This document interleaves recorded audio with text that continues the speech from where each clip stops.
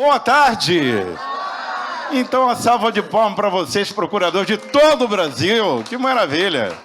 Que alegria estar aqui com vocês. Eu quero, antes de mais nada, parabenizar, todos que integram a Associação Nacional dos Procuradores e Advogados Públicos Federais, ANPREV. Para mim é uma honra estar aqui pela primeira vez. Parabenizar o ministro da AGU, doutor Bruno Bianco, o ministro adjunto, doutor Adler Anachimandro, procurador-geral federal Miguel Cauanço, procurador-geral federal Elvis Galera, doutor Fábio Lucas, procurador-chefe da Previc, que me parece que estava aqui também, Foi registrada a sua presença. E fazer alguns agradecimentos muito especiais nessa entrada, que, sem dúvida nenhuma, primeiramente, a nossa senhora presidente, doutora Maria Santíssima Marques, gratidão por todo esse evento, gratidão pelo convite, pela confiança, ao meu fraterno amigo e irmão, doutor Antônio Carlos Barbosa, que aqui se encontra com a doutora Deise Barbosa, com o Giovanni Barbosa, sua esposa, seu filho. Muito obrigado por esse convite, Espero honrar a sua indicação. E ao doutor Aloysio Silva de Lucena, diretor financeiro também aqui, em nome dos quais eu cumprimento todos os senhores. Senhoras e senhores, eu tenho aqui, então, uma oportunidade de bater um papo com os senhores, de conversar com os senhores sobre algo que é disrupção tecnológica. Palavrinha complicada, Por quê? Alguém aqui concorda comigo que a velocidade das coisas parece que está muito aumentada, tudo está muito mais rápido? Quem tem essa sensação de que está tudo muito mais rápido, levanta a mão. Quem concorda comigo que, às vezes, essa velocidade, essa mudança todo o tempo todo, dá uma certa ansiedade? Levanta a mão. Ok. Deixa eu falar uma coisa para vocês estão cobertos de razão.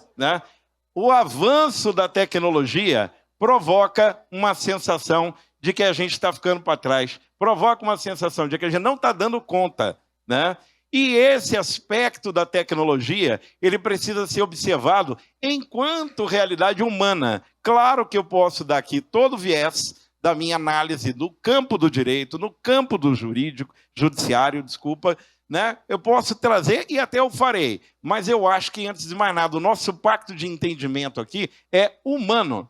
Eu sou Gilberto Lima, eu sou futurista. A minha atuação no Brasil e no exterior é sobre humanismo digital. Como temperar tecnologia com calor humano, porque é urgente que o faça. Como fazer com que tecnologia esteja em favor da vida e não em detrimento dela, correto? Porque a gente também consegue entender que a energia, por exemplo, ela não é boa nem ruim. Porque se ela é bem canalizada, a gente tem essa maravilha da luz elétrica, microfone funcionando, sim ou não? Agora, e mal utilizada? Pode dar uma bomba, Pode dar uma bomba. Agora, a energia tem culpa ou não tem culpa de nada? A tecnologia tem culpa de alguma coisa? De coisa nenhuma. Agora, quem é que programa a tecnologia, Quem é que faz o uso da energia? Esse, sim, é que deve ter um aspecto urgente, no mínimo, um sentimento ético muito grande. Senhores que lidam com a natureza humana, em toda a história de suas carreiras, em tudo que fizeram, em tudo que viram, defendendo pessoas ou instituições, através da sua história de vida, sabem muito bem o quanto essa humanidade ela está se transformando. Lhes dou um exemplo científico. Pela primeira vez na história da humanidade, saibam disso, pela primeira vez na história da humanidade, nós estamos presenciando em escala significativa e relevante 5 gerações a viverem ao mesmo tempo. 5 gerações. Portanto, nada de anormal se porventura, aqui é um caso hipotético, eu tivesse o meu avô com seus 93 anos vivo, o meu pai aos seus 78, 75 anos, eu aos 54, que é a idade que tenho um filho de 31, o danado ainda não me deu neto, mas vamos supor que já tivesse dado um de 10 anos. Quando eu somo cada um desses que eu citei, eu teria minimamente 5 gerações vivendo em simultâneo. Agora, quem é que concorda comigo que essa relação intergeracional ela está também bastante comprometida por algo que eu chamo de gap? Há um gap, há uma distância de realidade de mundos, como a maneira de compreender mundo, a maneira de compreender.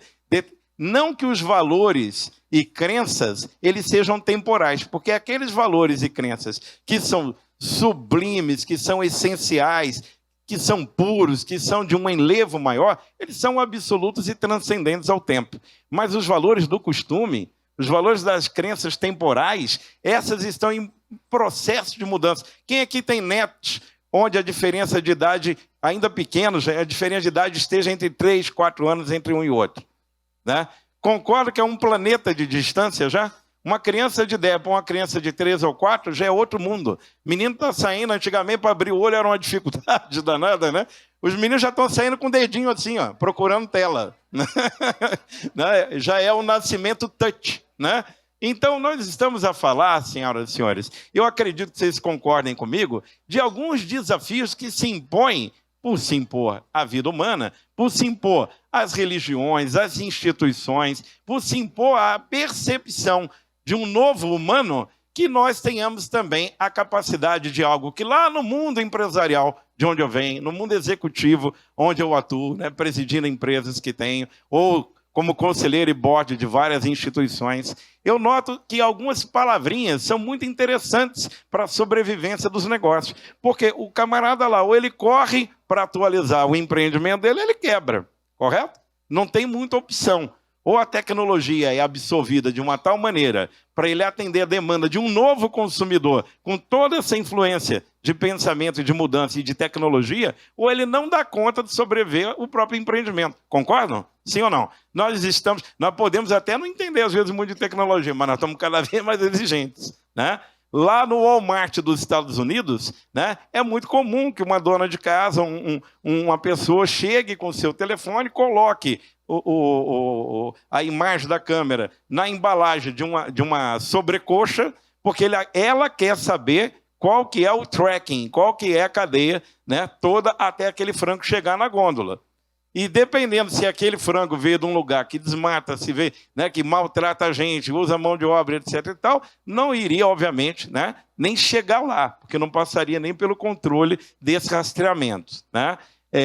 Nós estamos chegando num nível de exigência, de mudança de conceito planetário, questão ambiental, onde você tem um movimento gigantesco do veganismo vindo aí. São novos perfis de comportamento, novos modelos de pensamento. O consumo de energia está mudando a maneira como a energia é consumida, como ela é utilizada, né?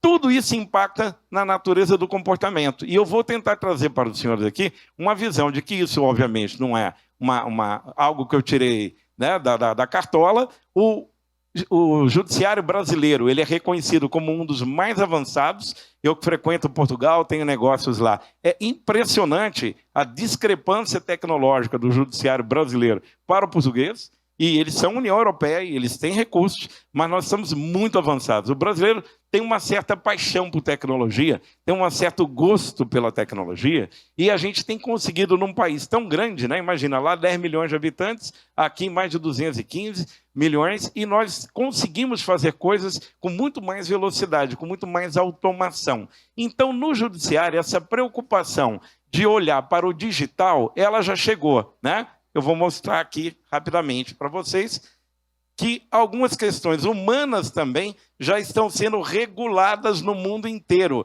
porque vão impactar a maneira como a justiça funciona em qualquer parte do mundo. Né? Eu estou falando, só para dar um exemplo aqui, o Dr. Ricardo Campos, ele é um docente da Faculdade de Direito de Goethe, lá na Alemanha, e ele acaba de ser laureado, né? Eu estou na frente? Não. Laureado com o prêmio do European Award for Legal Theory 2022. Né? Quer dizer, é o prêmio de teoria legal europeu, na Academia Europeia de Teoria do Direito. O tema da tese dele, Metamorfose do Direito Global, onde ele enfoca direito, novas tecnologias e sua regulação a partir de uma visão interdisciplinar. A palavra interdisciplinar é o foco, né? Se você começa, então, a entender que é uma variedade muito grande de tecnologias, de ferramentas, para que o processo, para que a análise do funcionamento da vida, dos empreendimentos, das instituições e das pessoas aconteça, então é preciso ter essa capacidade, e pesquisadores e acadêmicos nesse nível, né, têm honrado o Brasil, inclusive mundialmente, né, estudando essas coisas. O Conselho Nacional de Justiça apura que em 2022 os processos eletrônicos já alcançam 97,2%, né? O que é uma marca mundialmente muito admirada, né? De novo, a única questão que se coloca aqui é que há uma diferença, há uma grande diferença entre eu pegar um documento que está em papel e digitalizar ele, tá certo? E guardar isso num arquivo do computador ou numa nuvem e achar que isso é digitalização, ok? Isso um dia já foi digitalização, tá? O processo da digitalização do direito, da justiça e tudo mais, ele está indo para caminhos muito mais desafiadores. Então, embora esse número do Conselho seja muito interessante, né, é preciso entender toda a dinâmica que faz funcionar as instituições do direito através do uso do digital, né? Eu falo de futuro por um simples fato, né? Quando a gente tem um termo diferente aqui, né? Arqueologia de futuro. Vamos imaginar arqueologia de futuro por quê? Quando os cientistas da arqueologia eles escavam um sítio arqueológico, alguém já viu aqui uma escavação de sítio arqueológico no Brasil, na Europa? Na Europa é um horror, né? Você já vai fazer um metrô lá, uma obra qualquer, ele tem que parar tudo porque realmente acham coisas impressionantes, muito seculares e tal, né? Quando alguém, então, escava e acha alguns utensílios, e você estuda esses utensílios, e você mede pela ciência, pelo carbono, né, a datação, você consegue saber de que período é aquilo, e estudando os utensílios, é capaz de se entender como é que se comportava aquela sociedade naquela época. Sim ou não? Concorda? Sim ou não? Né? Então a gente consegue. O que eu vou propor para vocês hoje aqui é dar uma olhadinha para coisa que a gente pensa que é futuro, mas que já está rolando, já está acontecendo, e que uma civilização de daqui a 150 anos, né, os nossos descendentes, se estivessem escavando as coisas que já estão acontecendo, iam entender mais ou menos em que momento nós estamos aqui da Terra. Que transição é essa que nós estamos passando? Tá certo? Essa é a minha proposta aqui. Há uma mudança na geopolítica global, né? Alguns falam que, de repente, a liderança dos Estados Unidos, né, com o processo da globalização, a partir do Donald Trump, ele fez uma opção de América para os americanos e disse que não tinha mais interesse em liderar o globo, né, porque ele sempre promover essa liderança global. A globalização é um processo muito forte, adotado pelos Estados Unidos, sobretudo em Bretton Woods, que é o pós-guerra, correto? Mas, em algum momento, quando isso é dito, abre espaço, né? Diz que o poder não encontra vácuo, né? Se tem vácuo, o poder vai ser ocupado. Então, naturalmente que existem nações concorrentes, né? E entre elas a própria China se posicionou. E é muito interessante perceber a rivalidade entre essas duas potências, o que isso está provocando de mudança na tecnologia, que impacta a humanidade, que naturalmente vai impactar também o direito. Mas impacta a forma de viver, impacta a forma de aprender, a forma de namorar, a forma de brincar, de se entreter, impacta absolutamente em tudo, né? Geopolítica não é algo longe da gente, é algo que, por conta da força tecnológica, vai impactar todo mundo. E impacta ao ponto de que algumas coisas precisam começar a ser observadas pelo direito. Por exemplo, alguém aqui ouviu, pelo menos, não precisa entender o que é, mas já ouviu falar em criptomoeda? Levanta a mão para mim. Olha, vocês estão muito atualizados, coisa linda de ver, né? Bonito. Bitcoin, já ouviram? Bitcoin. Deixa eu contar uma historinha para vocês. Eu não vou perguntar aqui, e é capaz que tenha também alguém que saiba dizer, mas não é a pergunta, porque eu vou explicar qual é a historinha do Bitcoin. Como é que surge criptomoeda no mundo? Por que surgiu criptomoeda no mundo? Né? E aí eu conto para vocês. Você está falando ali entre anos 80 e 90, tinha uma galera dos hackerzinhos, maluquinhos lá, escovadores de bits, né? Aqueles caras, né, que adoram mexer lá nos primeiros computadores, eles já mexiam. Eles ficaram com uma certa inconformação, porque eles entendiam o seguinte, o mundo está muito na mão dos agentes financeiros, portanto, dos bancos, né? Ora, os bancos são, na versão deles, na linguagem deles, são os agiotas do mundo, né? E fazem, através do sistema financeiro mundial, com que países, pessoas estejam sempre à dependência deles, né? Ora, vamos criar, esse movimento se chamou movimento cyberpunk. Cyber de cyber, né, do cyberespaço, e punk porque era lá aquela ideia de rebeldia, né, ou coisa do tipo, né? Então os cyberpunks criaram, né, a possibilidade de haver uma moeda, né, que essa moeda fosse cripto, porque cripto vem de criptografia, que seja algo, portanto, seguro, né, bastante seguro, e que essa moeda segura, ou seja, essa criptomoeda, pudesse, então, substituir ou ter, vamos dizer assim, uma circulação global sem controles de governos ou sem controles de instituições financeiras bancárias. Essa era a razão deles terem feito todo o movimento cyberpunk. E deu errado ou deu certo? Deu certo. A criptomoeda, no primeiro momento, foi um horror esse negócio, porque, obviamente, o submundo passou a usar, né? Então, você tem aí lavagem de dinheiro, tudo que não presta, né? Na chamada Deep, né? Web lá, aconteceu. Com o tempo, as próprias instituições olharam para aquilo e começaram a observar que havia ali um conjunto de protocolos, um conjunto de sistemas, um conjunto de processos que poderia avançar e melhorar muito os padrões de funcionamento da própria vida moderna. Inclusive, os bancos olharam para isso, né?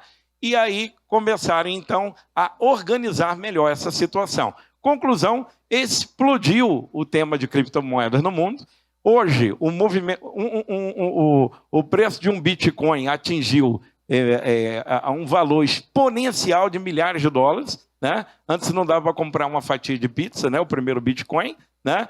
E por que em 13 anos, para ser mais preciso, nunca ninguém conseguiu derrubar a infraestrutura da criptomoeda primeira, que foi o Bitcoin? Por que nunca conseguiram? Porque essa turma, bem gênio, né? Bem hacker mesmo, da informática, eles criaram uma espécie de uma infraestrutura por baixo para essas criptomoedas funcionarem globalmente, que essa infra vai vir daqui a pouco impactar aqui o judiciário. Vocês vão ver que eu vou falar ali na frente, tá? Mas o que eles fizeram? Eles criaram uma infraestrutura que mudou o conceito de informática. Vamos imaginar, eu tenho aqui esse copo de água, ok? Olha aqui como é simples, como vocês são bons de entender.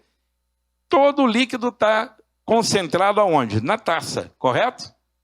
Então, vamos dizer que o nome disso aqui é um banco de dados. Essa taça concentra no mesmo e único lugar todos os dados, correto? Agora, tentem imaginar junto comigo se cada gota de água dessa tivesse numa taça diferente. Vamos falar de invasão de banco de dados. Vocês têm ouvido falar muito disso, né?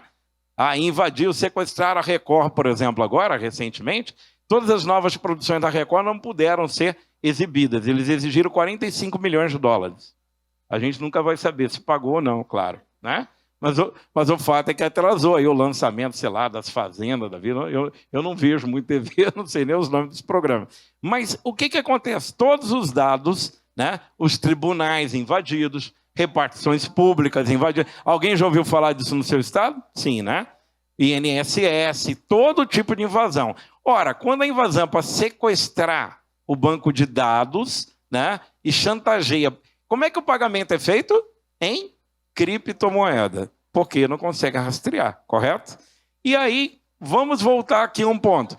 Imagina que cada gota de água dessa aqui estivesse numa taça diferente. Como é que seria para invadir milhares de taças ao mesmo tempo em simultâneo? 13 anos que é a estrutura do Bitcoin, chamada blockchain, que é a computação distribuída, portanto, não está a água toda no mesmo copo, cada gota está numa taça, milhares de taças espalhadas pelo mundo, então não consegue se apropriar e invadir. Opa!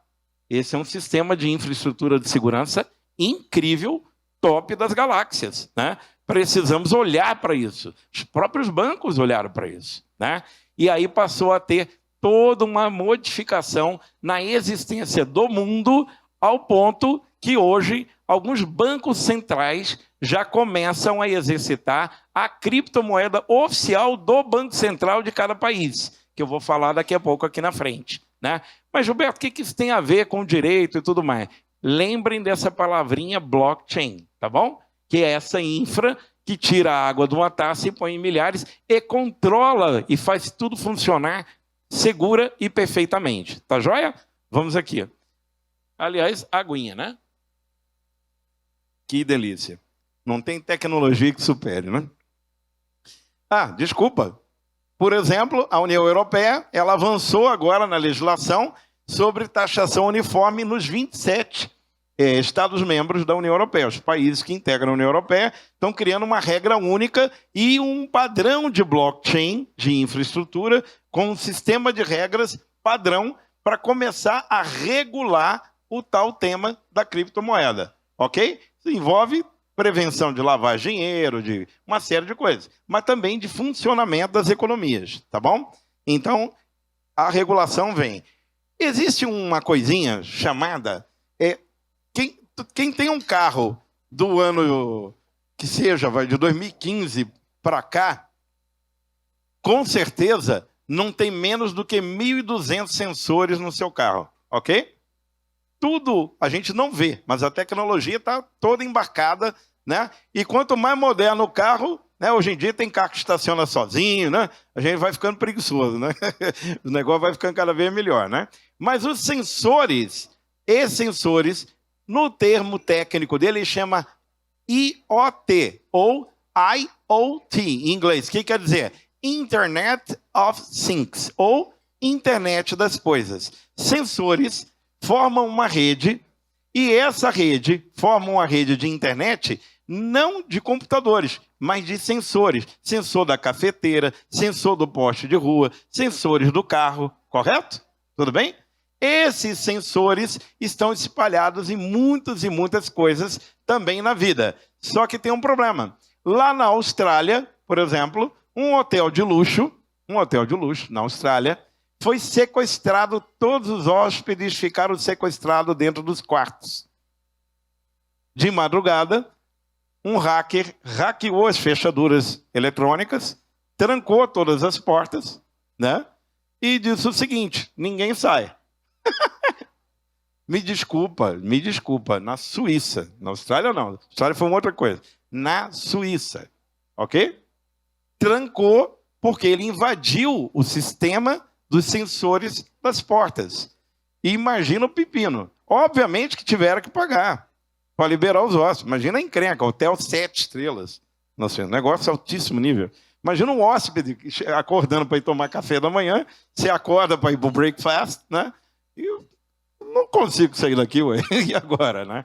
Gente, vocês vão dar risada, que só tem adulto aqui, mas teve um caso engraçadíssimo agora, se não fosse terrível, né? Cintos de castidade modernos usando sensor que foram hackeados e trancados. É verdade. É verdade. A gente parece que é coisa de maluco. Mas houve um ataque de hacker numa linha de série de uma fábrica. O povo é criativo, né? E fizeram um negócio moderno, lá baseado em sensor, em biometria, sei lá o quê, e o negócio foi trancado. Teve que serrar, né? Quem estava usando. Então, imagina o constrangimento, né? Terrível. Então, nós estamos falando de um negócio chamado IoT, né? Internet of Things ou Internet das Coisas. Alguém aqui é de Minas Gerais? Então, carinhosamente, brincando, lá em Minas, sabe como é que chama Internet of Things? Ou Internet das Coisas? Internet dos trem. Então, tudo que é trem tem um sensor. Então, tem uma rede de internet que vai funcionar. Ora, mas se alguém pode hackear essas coisas eletrônicas, o sistema de aplicativo, o software, o hardware, o chip, né? Se isso tudo é passivo de ser hackeado, espera um pouquinho. É preciso o quê? É preciso que haja uma legislação, uma regulação, sim ou não? Né? Então, está saindo do forno agora, né? Ainda não está aprovado, você vê que é um processo ainda em curso, uma lei europeia de resiliência cibernética, chama For Safe More Secure Digital Products, porque há um custo, olha o tamanho do prejuízo de crimes cibernéticos atacando a internet dos trem, né? Na ordem de 5,5 trilhões de dólares apurado até o ano de 2021. O mundo está simples ou está complexo? Está complexo, né? Como é que a gente pode imaginar, né? Isso aqui não é, obviamente, não é europeu só esse valor, é global, ok? Mas, para dar uma ideia de que tecnologia está vindo. Eu vou falar um pouco na frente sobre inteligência artificial e eu queria antecipar um pouco a minha própria postura e visão como um especialista, né, como humanista digital. Que é essa... Olha, eu só trouxe exemplos do Parlamento Europeu, porque se tem alguém que está preocupado com o direito individual no mundo, esse alguém é europeu. É europeu. É quem está regulando as redes de internet, esses absurdos todos de polarização dos algoritmos. Se alguém está achando que a polarização, os radicalismos vêm só de política, não. Vem da estrutura dos algoritmos que fazem as pessoas absorverem também todo um conceito de ideologias e etc. e tal. Isso está tecnicamente provado como é que é feito isso. 5 bilhões de dólares foi a multa que Mark Zuckerberg, fundador do Facebook, pagou, exigido pela Suprema Corte americana, por interferência nas eleições norte-americanas nos Estados Unidos de Donald Trump. Ele vazou os dados privados de 87 milhões de pessoas. Correto? Então, o que está acontecendo com o Zuckerberg? Ele está ameaçado lá na Europa agora, né? Ou ele bota os servidores, os sistemas de nuvem lá. Não adianta, tem que ter alguma máquina. Essa coisa etérica demais tem sempre algo físico, né? Ou ele coloca lá na Europa a sua estrutura, ou se os europeus não souberem para onde está, eles não vão deixar as redes, Instagram, Facebook e WhatsApp funcionar mais na Europa. Está uma guerra lá, correto? Mas por quê? Porque os europeus estão olhando com muito mais seriedade do que qualquer outro do mundo para a questão de regulação. Precisa ter em mente a necessidade regulatória, correto? No regulatório, está acontecendo isso aqui, ó. Lá em outubro de 2020, era o ano da pandemia, né? Me lembro bem disso aqui. Eu adorei o fato deles olharem para a inteligência artificial e dizer que vou dar um exemplo. Tem um senhor de idade dentro de um carro sem motorista, um carro autônomo, correto? Tudo bem? O carro anda sozinho, que é o que vai acontecer, vocês vão ver aqui, eu vou mostrar umas imagens, tá? E no 4G, na tecnologia que a gente usa atual, ela não é uma tecnologia de velocidade de leitura de sensores, ok? Depois eu vou explicar melhor. Então tem um senhor de idade, uma senhora de idade dentro do carro.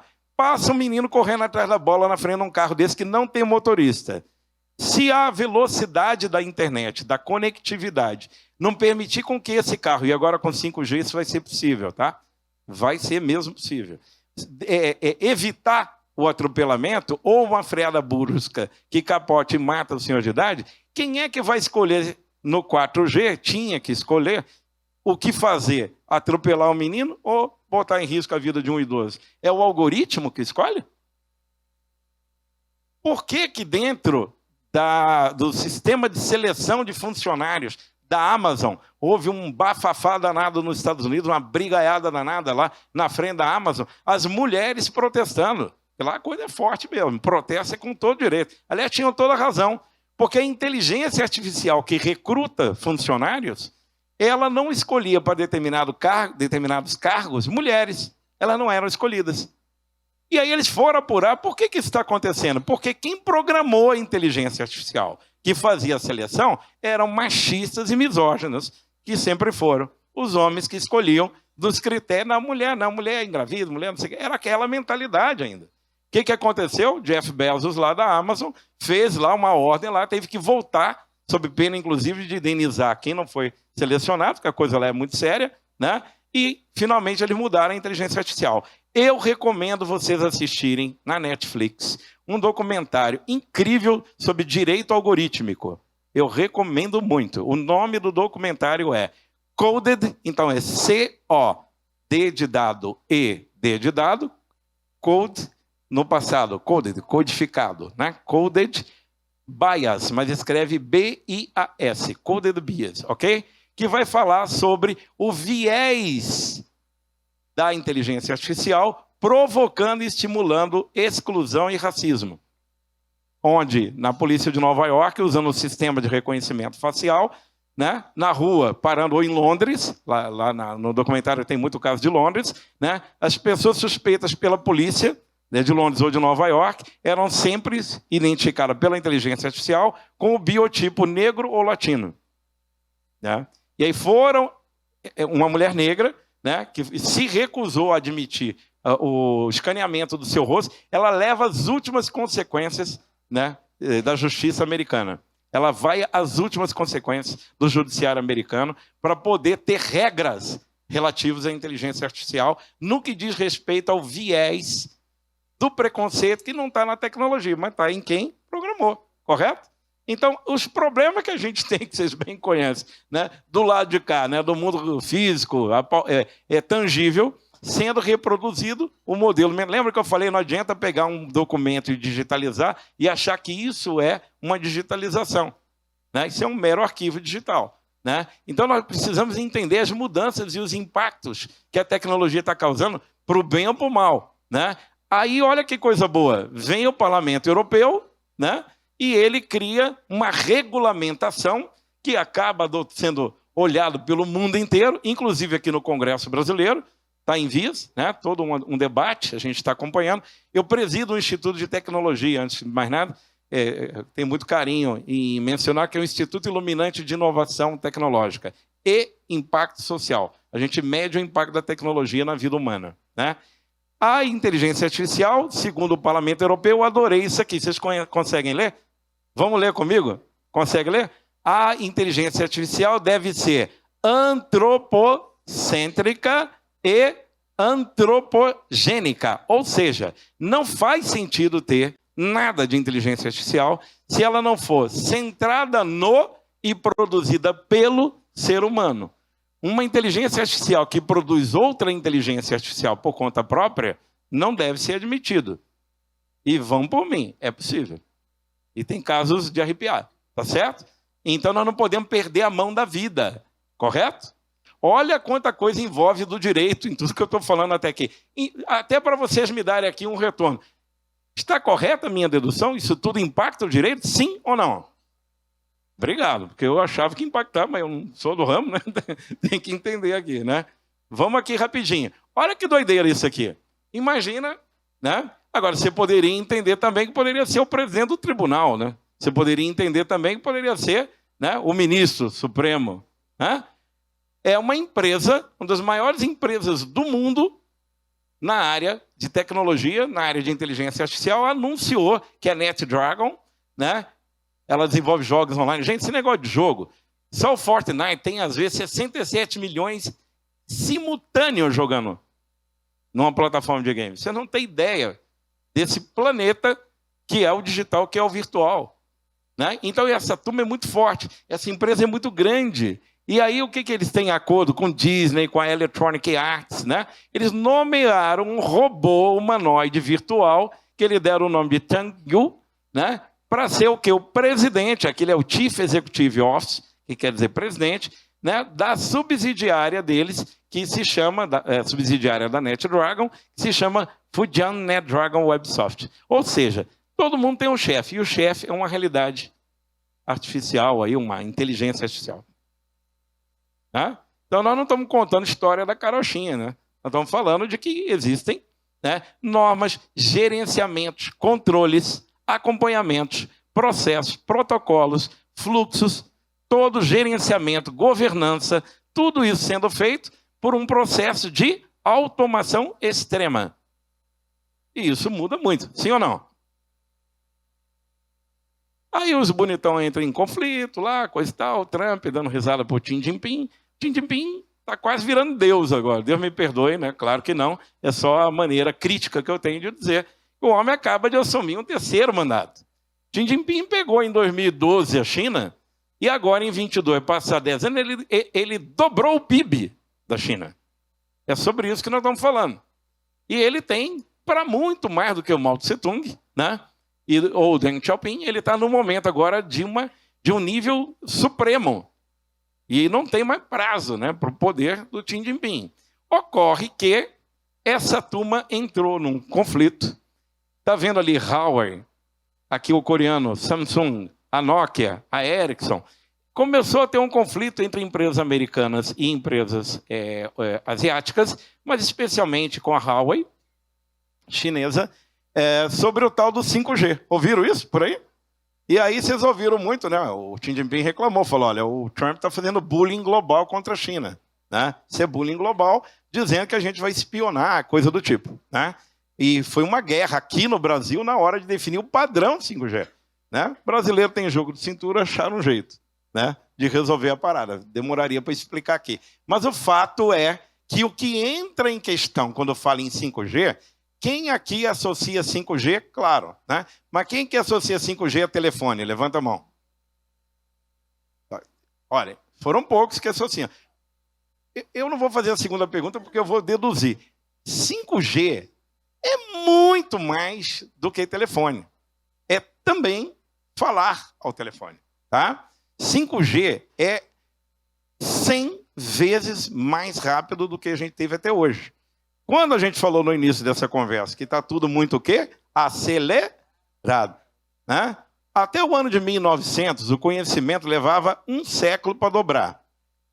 Alguém deduz agora quanto tempo está levando para dobrar o conhecimento humano? Levanta aí a mão. Hã?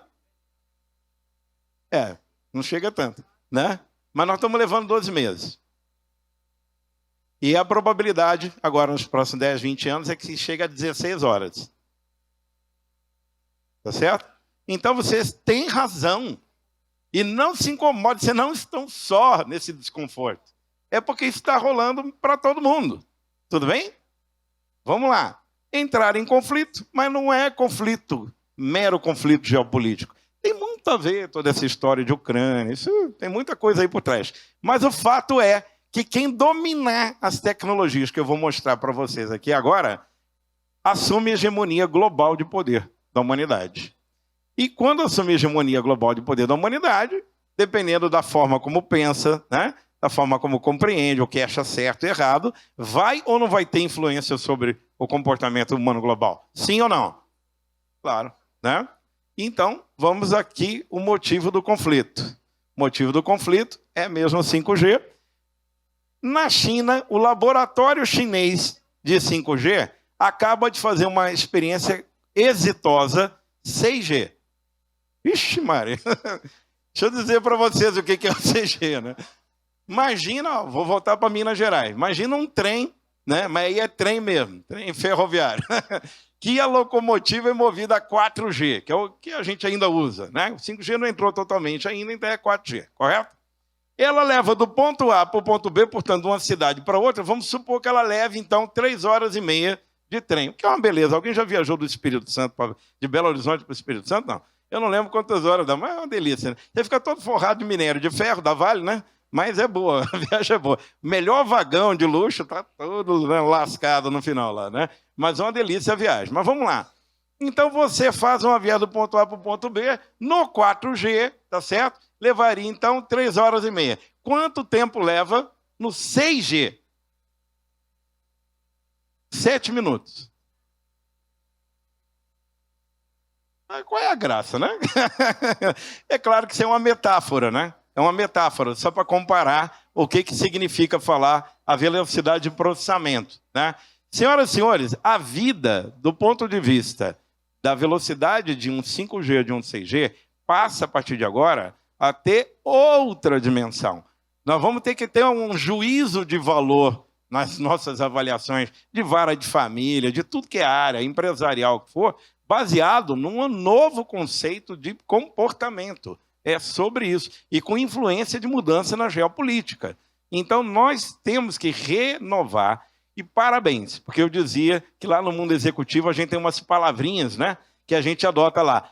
Sabe qual é o segredo da vida para mim, nos dias de hoje? É para acompanhar tudo isso? Auto-obsolescência, né? Eu, todos os dias, procuro me manter obsoleto. O que eu quero dizer? Eu me desconstruo. Então, a máxima do budismo que é impermanência. Eu sigo nela, né? Eu não estou apegado mais ao meu conjunto de crenças. Eu me desmorono empresarialmente todo dia. Eu não espero meu concorrente me quebrar. Eu me quebro, no bom sentido, porque eu me reinvento na medida que eu tenho uma postura de entender que aquele gap geracional entre o avô e o neto, hoje, ele vai criar muitos conflitos se eu não for capaz, né, de fazer um exercício, né, de atualização, se eu não fizer por minha própria conta, um exercício de compreensão e reavaliação de uma série de conceitos que um dia valeram. Eu lembro que lá na família os avós diziam, essa menina que tem tatuagem, olha, isso aí vai dar, né? O tempo passou, a menina não desvirtuou, às vezes representa uma empresa, né? Esse cabeludo de brinco aí é bandido. O tempo passou, o menino virou, às vezes, um homem rico também. Tem o conjunto de crenças e a relatividade do conjunto de crenças agora fica muito maior por conta desse gap geracional de 5 gerações ao mesmo tempo. Então, entendendo as coisas, nós já vimos, né? Agora, olha o que vai ser possível, né? Quando você chama um Uber, vem um camarada com o motorista lá, né? Ou uma senhora dirigindo, não é isso? O carro agora que vai vir é um carro autônomo, correto? Porque o 5G agora não bota mais em risco, não põe mesmo. A velocidade de percepção de um objeto, do movimento e frenagem é de uma precisão impressionante, né? Só que independente de você ter um carro para levar, você para cá ou para lá, você também vai poder mandar vir as frutinhas que você gosta, você entendeu? A farmácia pode chegar com os remedinhos, sim ou não? E, gente, eu quero ir para a praia, eu estou na campanha Verão Sem Canga, eu queria escolher uns biquíni, né, umas coisas, aí vem lá a moda praia ali também, né? E aí como é que faz? Eu chamei ali, vou escolher o que eu quero, tem uma câmera que olha para a minha biometria ocular, ou sente a presença do meu celular, imediatamente sabe que é o Antônio, a Maria e o José, né? E tudo que eu tirar daquele lugarzinho, né, automaticamente é debitado ali da minha conta, do meu cartão ou da minha carteira digital de criptomoeda. Correto? Então, é assim que a possibilidade, isso aqui já tem vários testes no mundo inteiro, mas é uma das possibilidades que nós vamos começar a ver. Aí eu falo para a turma lá, empresarial do comércio. Isso impacta o comércio? Sim ou não? Claro, a maneira de fazer comércio. Loja, gente, shopping center, cada vez está virando mais um lugar para você ir lá retirar o que você comprou na internet. É ou não é verdade? E é até mais barato. Gente, outro dia eu estava em São Paulo, meu irmão, doutor Antônio Carlos. Aí eu cheguei de última hora, decidi ficar em São Paulo. Corri para o hotel, ali no Morumbi, como é que chama? Não sei o que, Morumbi, o nome do hotel. Aí o rapaz falou assim, então, olha, eu não tenho condições de atender o senhor. Ele no balcão e eu olhando para ele. Eu falei, não tem porquê, meu amigo, eu estou aqui, né? Ele falou, não, o senhor tem que entrar no book.com. Eu falei, que book.com, rapaz? Eu estou aqui, me diz aí se tem ou não. Não, o senhor compra no book.com, porque lá ele vai saber se tem vaga ou não e é mais barato, né? E lá fui eu, né? Fiquei brabo naquele dia, né? Falei, que ponto nós estamos chegando, né? Os supermercados da Amazon Go, por exemplo, nos Estados Unidos, você entra no supermercado, é o mesmo princípio. Você entra no supermercado, né? Não tem caixa, né? Cash dispenser, e não tem segurança. Não tem nada. Tem zilhões de câmeras, né? E sensores. Aí você pega o iogurte, o queijo lá, a mussarela, sei lá o quê, tal, provolone, seja o que for, né? Só falei queijo até agora, os mineiros aqui gostam. Né? Pega o que você quiser, não é isso? E aí você passa, põe na sacolinha lá, passou pela porta, ele já te manda no celular o que ele debitou da tua conta, e já identificou. É a 4ª geração da inteligência artificial, que é a inteligência artificial de presença. Por outro lado, na China, eles estão usando isso para controlar a população na rua. Né? Então você tem o lado A e o lado B de tudo aí na vida. Né? Medicina. O sujeito é médico, está na festa de criança aqui, da filha dele. Aí alguém liga para ele lá e fala, olha, teu paciente está lá no Maranhão, teve um acidente, não está com o peito dele aberto lá. Né? Ih, rapaz, é mesmo? É. Ele bota o óculos virtual dele. Só um detalhe, isso aqui no Einstein está para quem quiser ver, tá? Para quem quiser ver, eu não estou aqui fabricando ideia, tá? Claro que tudo isso ainda é muito novo, né? Mas isso vai escalar, isso que eu quero dizer. E aí ele entra com óculos de realidade virtual, eles escaneiam o pulmão lá, o corpo do paciente dele, ele enxerga isso aqui em realidade aumentada, né? Tem ou uma junta médica lá, ou um robô cirurgião, e aí ele fala, olha, vamos lá, incisão 0,7 centímetros à direita, sei lá o quê. Aí o robô vai lá na nuvem, pega a informação, é melhor 0,75. Aí ele fala, ok, autorizado. Ele faz lá a incisão, pum, ele faz cirurgia à distância. Correto? A grande pergunta que todo mundo tem que fazer no humanismo digital é, quando é que está no SUS isso aí? Não é? Porque qual é o risco da tecnologia? É óbvio, né? Elysius, quem assistiu, né? É um elite, né? Que no início é o early adopter, né? Então você vai criar uma estratificação social em quem vai ter acesso e quem não vai. É ou não é? Meu plano cobre, né? Entendeu? Tem que chegar no nível que todo mundo tem acesso. Mas não me cabe aqui esse julgamento, só estou apontando aqui caminhos, né? Agora, por quê? Porque a realidade aumentada, alguém já ouviu falar, os netinhos já comentaram, os filhos já comentaram, vocês mesmos já ouviram, por conta própria, num negócio chamado Pokémon Go? Gente, teve maluco morrendo atropelado ou caindo em abismo. Porque Pokémon Go, ele não usa óculos. Você tem o teu celular, né? Aí ele cria uma realidade aumentada, que são os Pokémonzinhos, né? Aqueles desenhinhos. E você vai para o parque, por exemplo, você vai, né, para algum lugar e ele tem os virtuais, você corre para caçar Pokémon. O sujeito não viu o carro, pum, virou tabuleta memorial, a gente chama lá, né? Entendeu? Morreu porque estava doido lá correndo atrás de Pokémon, né?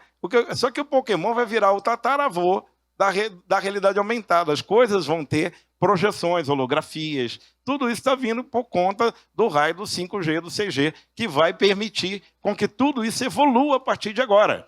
Então, quem achava que o tal do 5G que estava batendo na porta, que tem um conflito global entre duas potências do mundo, era por acaso? Não é. É porque ele muda tudo.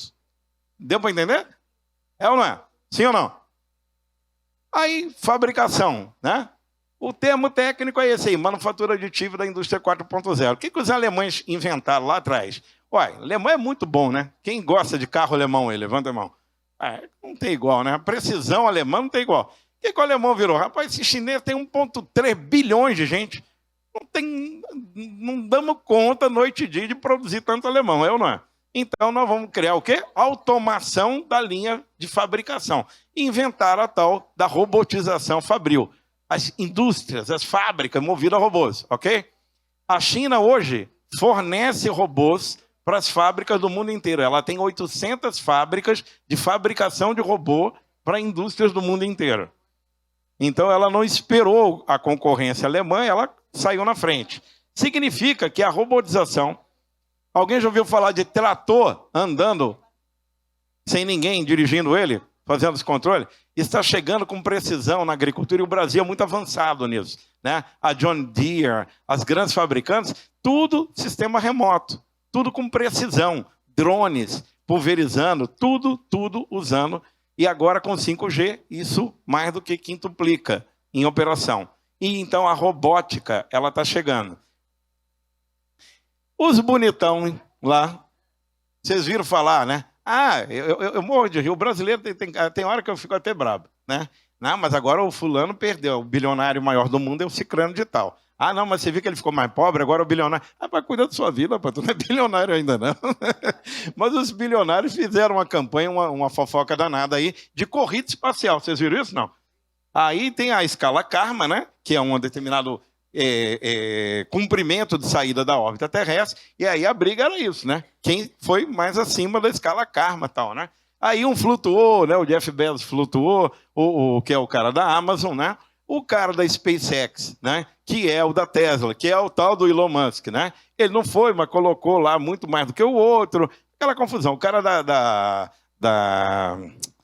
agora me falha o nome, né? Que é o Branson, né? Da Virgin. Não conseguiu ir tão além também, mas ficou essa brincadeira de quem é mais. Deixa eu só dizer uma coisa para vocês. Na hora que vocês verem essas brincadeiras de sair da órbita, quem flutuou melhor, quem foi, isto aí é pano de frente. Sabe qual é o pano de fundo? Vou dizer para vocês o pano de fundo qual que é. Acabou de acontecer há 2 anos atrás, um ano e meio atrás, quer dizer, acabou, né? É agora.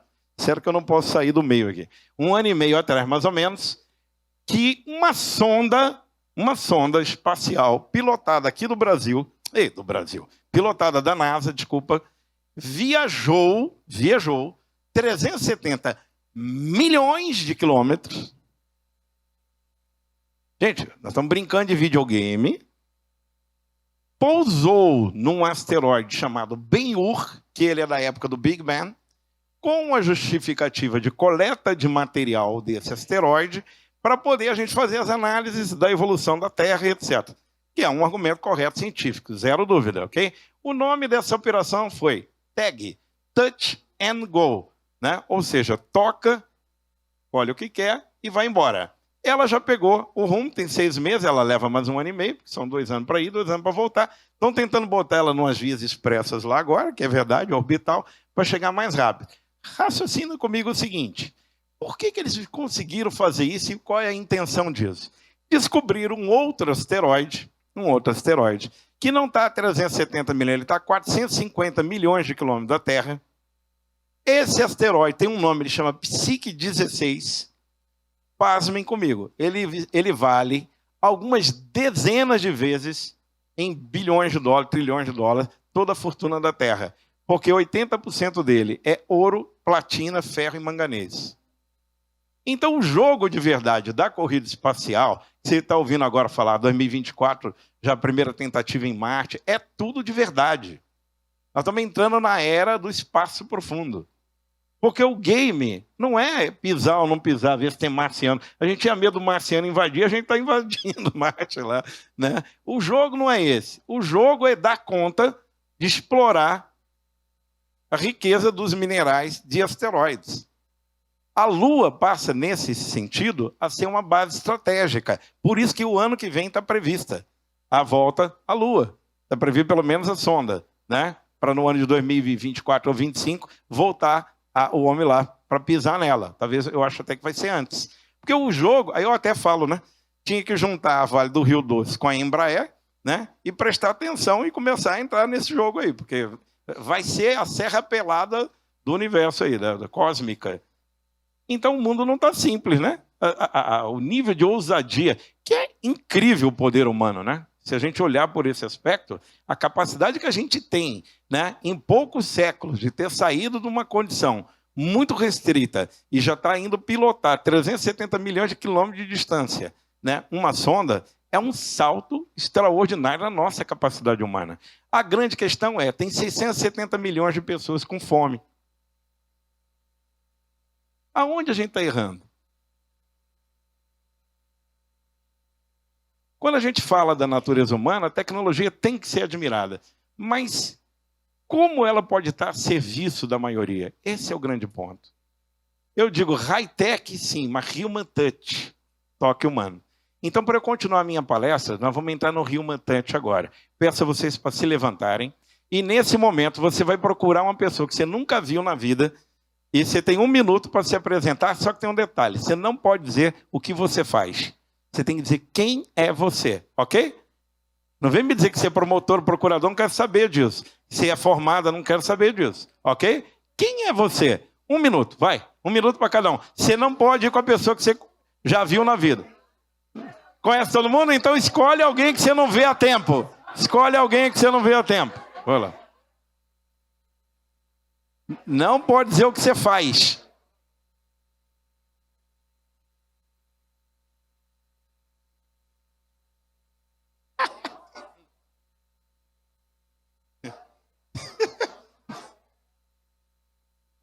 Vai, se mexe aí, rapaz. Vai.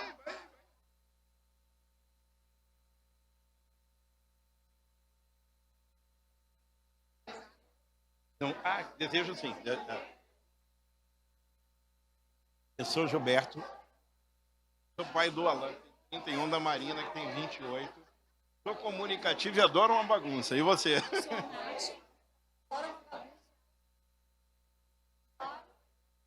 E eu quero o seu Instagram, vou te dar o meu depois. Obrigado. Coisa linda, coisa linda.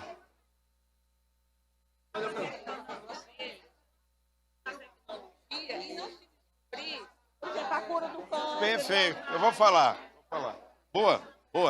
Ó, já se falaram aí? Vamos lá? Agora dá um abraço bem gostoso aí, em quem você não vê há muito tempo.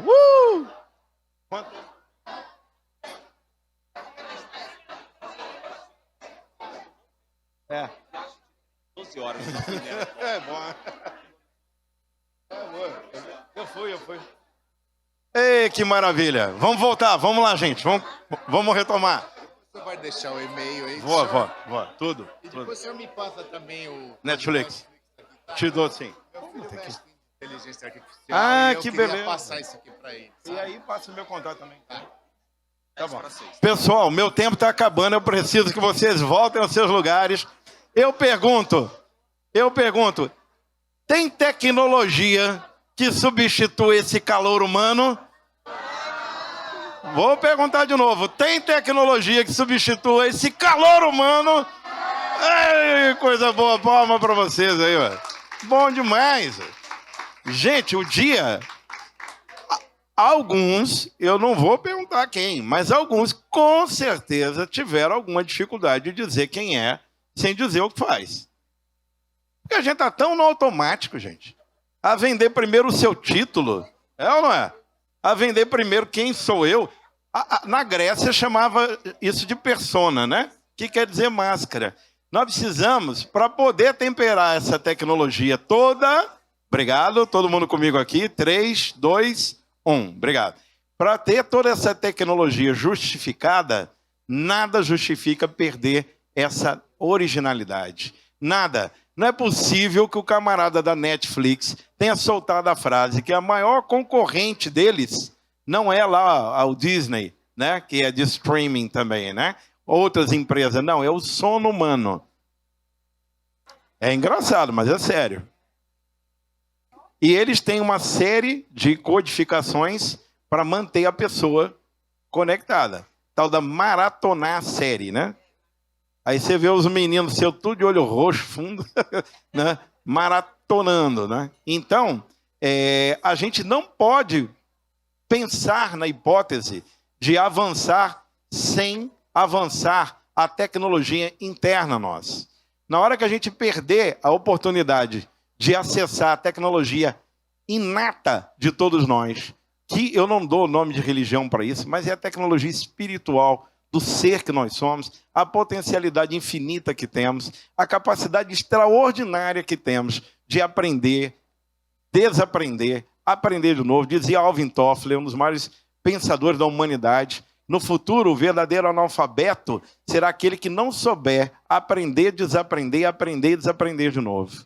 E eu tenho certeza que estou diante de pessoas muito cultas, mas que também podem e devem, né, observar esse alerta de Alvin Toffler, né?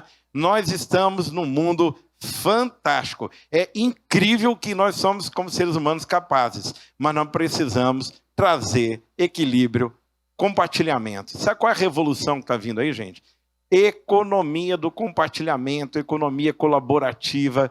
Eu fui na casa de um afilhado meu, fiquei besta porque tem dinheiro para comprar até uma mansão no lago. E os amigos, 6 amigos dele também, cada um tinha dinheiro o suficiente para isso. Lago Sul aqui, para quem não conhece, é um lugar bom, né? No entanto, eles resolveram morar juntos. Duas moças, 4 rapazes. Aí eles chamam isso de colive, ou vida compartilhada. Mas, rapaz, esse trem não dá certo, não é possível. Como é que é isso? Não, você pode ter o seu próprio apartamento, sua casa. Você escolhe morar com alguém. Pô, Gilberto, essa geração nossa hoje pensa diferente. Falei, eu vou fazer a prova de fogo. Posso abrir a geladeira? Ele falou, pode. Na hora que eu abri a geladeira, eu falei, quer ver que isso é uma furada, esse negócio? Aí eu olhei a geladeira carregada, né, bonita. Falei, rapaz, tá bom aqui o negócio, né? Aí eu olhei, fiquei olhando, falei, rapaz, eu acho que dá certo esse negócio. Você sabe por quê? Quem é aí da repartição que tem uma geladeirinha lá, né? Ou já foi de uma repartição pública que tinha a geladeira dos funcionários na cozinha? Já usaram isso? Sim, né? Mas o que você tinha lá de característico? Qual é o seu nome? Graça, você botava o seu nomezinho no iogurte lá, não botava? Foi na geladeira deles, não tinha nome de ninguém. Ele falou, você acha que quando você está na casa da sua mãe, você tem isso é meu, isso é teu? Não, isso é de todo mundo. Falei, isso é uma bagunça, uma anarquia, rapaz. Como é que pode funcionar um negócio desse? Funciona. Cada semana tem uma lista de compra que a gente aprovou. Cada semana a lista é diferente e cada semana a gente sorteia, é a vez de um fazer a compra. Pronto. Os jovens ensinando para a gente. O meu filho é músico. Ele tem 16 anos de carreira. Está vivendo em Portugal, está explodindo lá, né? Está vivendo em Los Angeles, em África e tudo mais, né? E aí ele fala, pai, esse mundo empresarial de vocês perdeu o prazo, porque vocês são rivais entre vocês, né? O mundo empresarial é um mundo competitivo, né? Toma abaixo da cintura vale tudo, é uma coisa meio horrível isso, né? Não meu, porque a minha sintonia, graças a Deus, é outra, né? Mas tradicionalmente é. Quando eu olho para essa turma, a maneira como eles colaboram entre eles, como eles ajudam entre eles, é lindo, gente. É extraordinário. Eu falo, gente, o mundo tem jeito. Porque eles são da brodagem, da camaradagem. A minha filha tem 28 anos, mora no Rio de Janeiro, né? Ela tem 14 prêmios no currículo dela na área audiovisual, né? Ela dirigiu toda a presença do Facebook no Rock in Rio, desse tamanhozinho, escorpiana braba que só ela, mandando 38 marmanjos lá. E ela fala, pai, precisa 230 pessoas amanhã indo... Galera, vamos embora, tal, pessoal, ajuda aí, WhatsApp, não sei o que, tal, daqui a pouco tá lá e pum, resolve. A dinâmica e o software é outro. Então, às vezes, a gente entra em conflito com as outras gerações, porque o caminho de velocidade não quer dizer que eles são melhores ou a gente melhores, ou tem alguém pior. É diferente, é só isso. Compreendeu? Então a gente não pode desconectar primeiro de nós mesmos, né? Primeiro de nós mesmos. Ser humano, por exemplo, não sabe respirar, gente, né?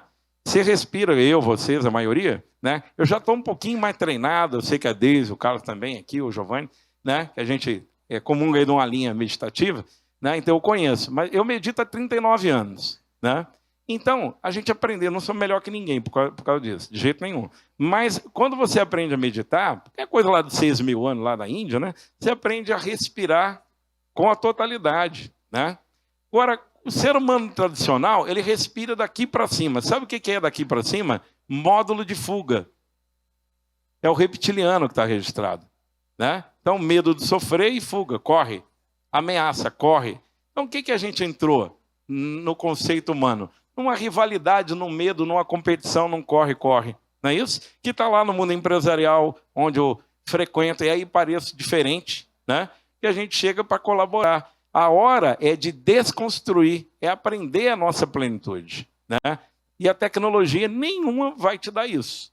Ela pode até te ajudar a meditar, botar lá um somzinho, coisa e tal, mas não é. É uma busca própria de todos nós. É uma reinvenção de todos nós. É um refresh, né? Nós só somos jovens há mais tempo, mas somos jovens, não é isso? Não vamos bater palma para isso? Né? Porque está vindo aí. Eu vou pular, porque o tempo agora também ficou mais curto, senão vocês vão ficar meio tonto também, mas imagina o seguinte, viva as mulheres, gente, eu sou um fã das mulheres. Eu peço que as mulheres aqui sejam aplaudidas. Essas duas aqui, uma francesa e uma americana, ganharam o prêmio Nobel na área da genética em 2020. Sabe o que elas conseguiram? Olha que coisa linda a tecnologia, isso que me emociona, sabe? Elas conseguiram usar uma tecnologia chamada CRISPR, ou tesoura genética. Gente, imagina uma pessoa, né, uma mulher de 38 anos de idade, que nasceu com um defeito no DNA e ela é paraplégica, né? Só que por que ela é paraplégica? Tem um pedaço do DNA com defeito. O que essas duas conseguiram? Buscar aquele DNA, recortar, por isso chama tesoura genética, aquele pedacinho, colar uma parte funcional do DNA e a pessoa ter um gigantesco percentual de possibilidade de voltar, ou, pela primeira vez na vida, recuperação da sua estrutura locomotora e voltar a caminhar. É bonito ou não é isso? Né? Muito legal, né? Imagina a córnea, alguém que nasceu, que está há 20, 30, 40 anos, 50 anos, cego. E que também, por falha de DNA, a correção do DNA. Isso é fantástico. Isso é em prol da vida e não em detrimento dela. Então a gente tem mais é que aplaudir. Agora, tem que ter bioética. Olha o direito aí de novo. Você sabe por quê? Que se não tiver bioética, aí os bonitão vão querer escolher a cor, né? Metade do olho direito é azul, a outra é verde. Porque... Você entendeu? Um supercromossomo, neurônio, que o meu é especial. Aí não dá. Né? Ou os maluquinhos. Detalhe interessante, olha que loucura. Israel já está imprimindo órgãos do corpo, tá? Aliás, o mundo inteiro já está, até aqui no Brasil. Eu já até estive em Campinas vendo uma impressão de pele, né? Olha que legal a pele. Você imprime a pele para fazer cirurgia em alguém queimado, gente. Ou a indústria química, que para testar alguma coisa usava um bichinho. Eu sou vegano, defensor de animal. Então, os pobres dos coitados sofrem, né? Agora não precisa mais. Tem uma pele para testar. Dá para entender? Ao mesmo tempo que você tem a possibilidade de uma série de órgãos humanos poderem ser impressos. O banco de órgãos e etc e tal. Muda tudo, né? Nanotecnologia é pau para dar em doido, né? Você imagina... Vamos lá. Falava para a nossa querida presidente aqui um pouquinho antes, né? Você já pensou? Olha, preste atenção na pergunta que eu vou fazer para vocês. Alguém aqui conhece máquina de lavar? Só levanta a mão. Sabão em pó, levanta a mão. Ferro de passar roupa, levanta a mão. Todo mundo conhece? Secadora. Pronto. Agora imagina o seguinte. Que daqui uns 15, 20 anos, se alguém perguntar, você finge que nunca ouviu falar disso tudo aí. Tá bom? Senão você vai entregar a idade. Nanotecnologia aplicada ao tecido. Tecido nanotecnológico. Ele não suja, não assimila sudorese e não amassa. É o fim da lavagem e da passagem de roupa. Vamos comemorar? Agora, para além de melhorar a praticidade da vida, e muito, gente, não é fantasia, não. Isso é tecido nanotecnológico. Está começando a escalar agora. Para além disso, viu, pessoal? 3, 2, 1, para além disso, quantos bilhões de litros d'água nós vamos economizar? Imagina agora, os homens gostam muito de carros, mulheres também, mas imagina, eu sei que o meu irmão gosta muito, né, de carro. Imagina aquele Mercedes, último modelo preto, instalando de novo, né? Aí ele vai lá numa fábrica, em Betim, na Fiat já tem isso. Dá uma chapa enferrujada para ele e fala assim, doutor Antônio Carlos, rasga a lata desse carro de fora a fora. Ele vai dizer, Deus me livre, não consigo, né? Um carro novinho, rapaz, você está me mandando rasgar a lata. Ele vai lá e rasga a lata, né? A nanotecnologia aplicada na tinta, ela é autorregenerada na sua cara, assim. Então ele vai rasgando e ela vai se autorregenerando. A lataria não arranha e não assimila sujeira, o que também economiza em lavagem de bilhões de litros d'água de lavar carro. Então tem muita coisa evoluindo. Agora, eu recebi uma contribuição aqui da plateia, quer dizer, por que esse povo está evoluindo tanto em coisas tão avançadas e o Parkinson, que já poderia estar muito mais avançado o estudo, né? O câncer, né? Há muito dinheiro destinado para isso. Há, a partir de agora, uma tendência de colaboração em rede global muito mais dinâmica e veloz para tentar atender, vamos dizer assim, aquilo que ainda é muito básico para a gente hoje. Meu papel aqui é dar uma visão de futuro do que já está sendo preparado para o amanhã, tá bom? Então, nanotecnologia, eu ficaria assim 3 dias falando para vocês. Grafeno, nós trouxemos lá pelo Iluminante, que eu presido, o Prêmio Nobel de Grafeno. Eu trouxe ele aqui em Brasília. Pus ele para reunir com o presidente da República e com o ministro da Ciência e Tecnologia. Sabe por quê? Porque o presidente vivia falando esse tal de grafeno, mas não sabia o que ele está dizendo, né? Eu sabia que ele não sabia. Então, eu não fiquei discutindo se ele sabia ou não. Eu vou colaborar, né? Pelo Iluminante, trouxemos o Prêmio Nobel aqui. E o que é o grafeno? Grafeno, você vai lá... Manja o grafite que você usava aí? O lápis? Né? Lembra do lápis, gente?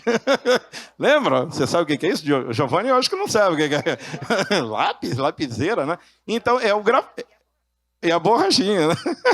É o grafite. Quando você vai lá, nanotecnologia usada, você vai na tridimensional, largura, profundidade e altura, você vai na camada subatômica do grafite e você corta uma das dimensões, que é a altura, você deixa ele só com largura e profundidade, ele vira um material bidimensional. Com um determinado composto químico para reagir nele bidimensional, o grafite passa a se chamar grafeno. Sabe o que acontece?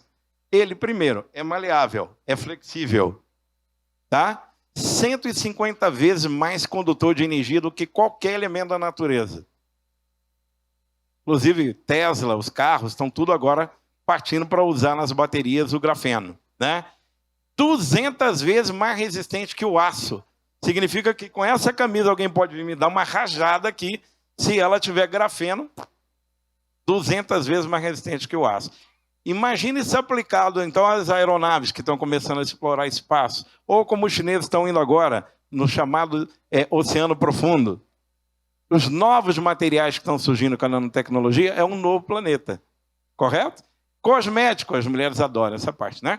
É a possibilidade de nanotecnologia aplicada na cosmética. Meninas, o rejuvenescimento está vindo com tudo, né? Para ficar bonitão também, os homens também, não é só as meninas não, né? Entendeu?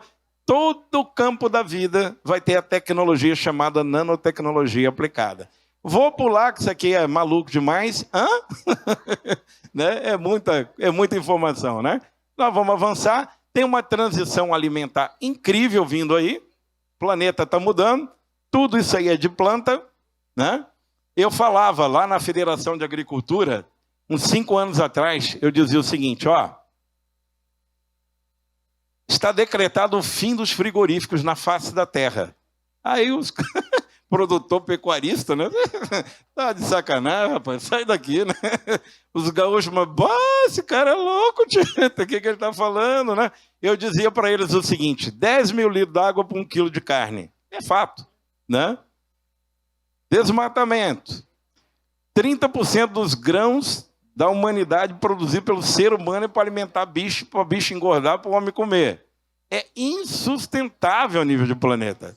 E aí começou um movimento global chamado Just Food, que levantou. Lembra o bonitão lá que ganhou o filme do Coringa? Como é que chama ele, o bonitão lá? O Joaquim Fênix. Né?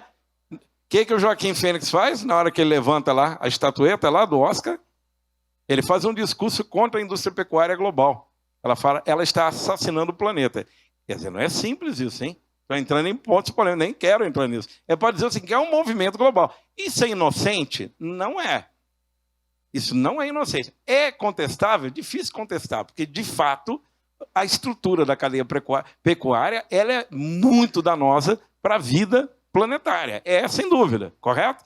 Agora, tem um jogo por trás disso. E o nome desse jogo é uma associação das Big Foods, General Mills, né? As maiores gigantes de alimentos do planeta, associado às Big Techs, os Googles, Facebooks da vida.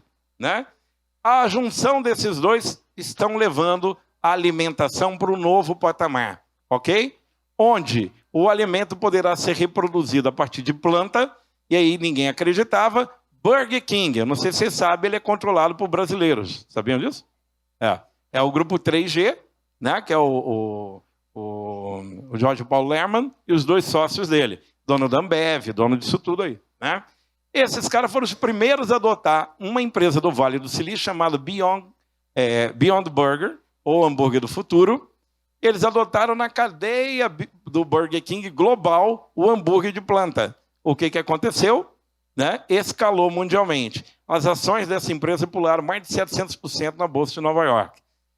Eu, que conheço profundamente esse assunto, posso dizer para vocês que é impressionante o que está acontecendo. Quem aqui já provou alguma coisa, algum derivado? O ministro Blairo Marge, que foi ministro da Agricultura, eu tenho um vídeo dele no Vale do Silício, e ele é um dos maiores produtores, né, proteína animal do mundo. Né? E aí ele usa uma palavra meio feia, ele diz ferrou, para não dizer outra coisa. Né? Ele comendo ovo mexido, que é feito de um feijão africano. E é ovo, textura de ovo, sabor de ovo, tudo de ovo. Ele falou, ferrou. Né? Vou mostrar. A carne reproduzida em laboratório. O sujeito pega uma pena da galinha, tira a célula dela e produz lá 40 mil sobrecoxas a partir da pena. Você entendeu a mudança do jogo? O Brasil tem 25% do PIB dele em cima do agronegócio. Sim ou não? Que nós nos orgulhamos disso, não é verdade? Né? Quem é nessa campanha maluca toda aí que alguém discutiu sobre futuro, gente? Qual o impacto isso vai ter na economia brasileira? Não é verdade? Então você vai comer carne mesmo. Isso aqui é carne de bicho. Só que ele é reproduzido a partir da célula. Correto? Isso aí está em escala gigante, em velocidade enorme, a partir de agora. Nós temos sol, chuva, abençoado por natureza. Graças a Deus, esse país é o melhor do planeta. Eu rodei 40 aí, não troco o Brasil por lugar nenhum do mundo. Contudo, pragmatismo. A tecnologia, lembra aquele IoT, de novo? O internet dos trem lá, lembra? Aplicado a uma fazenda, isso aqui é uma fazenda vertical. Então, tu imagina um pé de areia de 30, 40 metros, um troço gigantesco, onde ele usa controle de umidade, temperatura e luminosidade, por precisão de computação avançada, com sensores, onde o sol é o neon, antes que perguntem, nutricionalmente sem perda, só que com a vantagem. Eu tenho o vídeo do Blairo Marge, do ex-ministro de novo, dizendo, ferrou. Ele não usa esse termo, ele usa outro. Né? Ferrou. Porque sabe quanto de água que usa?